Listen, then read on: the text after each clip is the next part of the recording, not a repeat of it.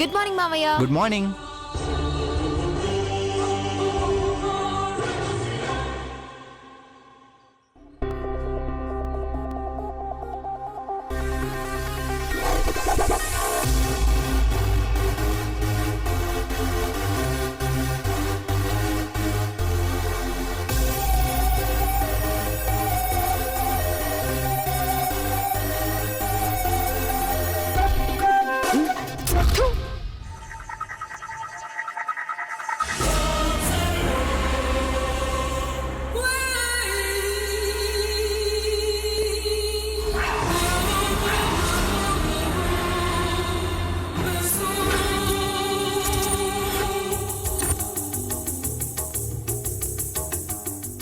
నాకు strong coffee కావాలని నీకెన్నిసార్లు చెప్పాను? క్షమించండి అమ్మా. ఛీ, I don't want your bloody క్షమాపణ and shit. Don't show your face to me once again. Get lost. మళ్ళీ ఇంట్లో కనిపించావంటే చంపేస్తాను చెప్తున్నా. అవుట్. అరే మళ్ళీ మరో పని మనిషిని తరిమేశావా?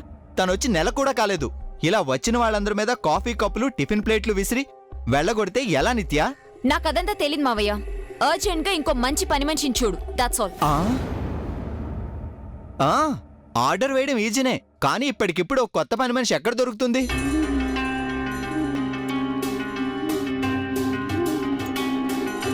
దొరికింది.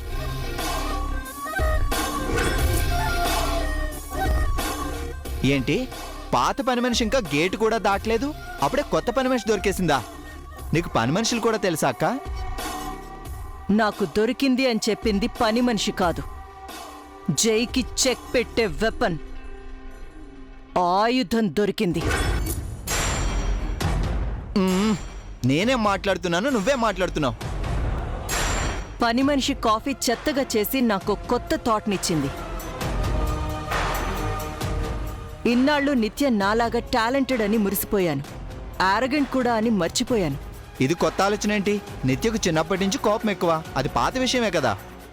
ఆ పాత విషయంతో పాటు ఇంకొక పాత సామెత కూడా విను. తన కోపమే తన శత్రువు. విన్నాను, అయితే ఏంటి? నిత్య కోపం నిత్యకి శత్రువో కాదో పక్కన పెడితే మనకో మంచి ఆయుధం అవుతుంది.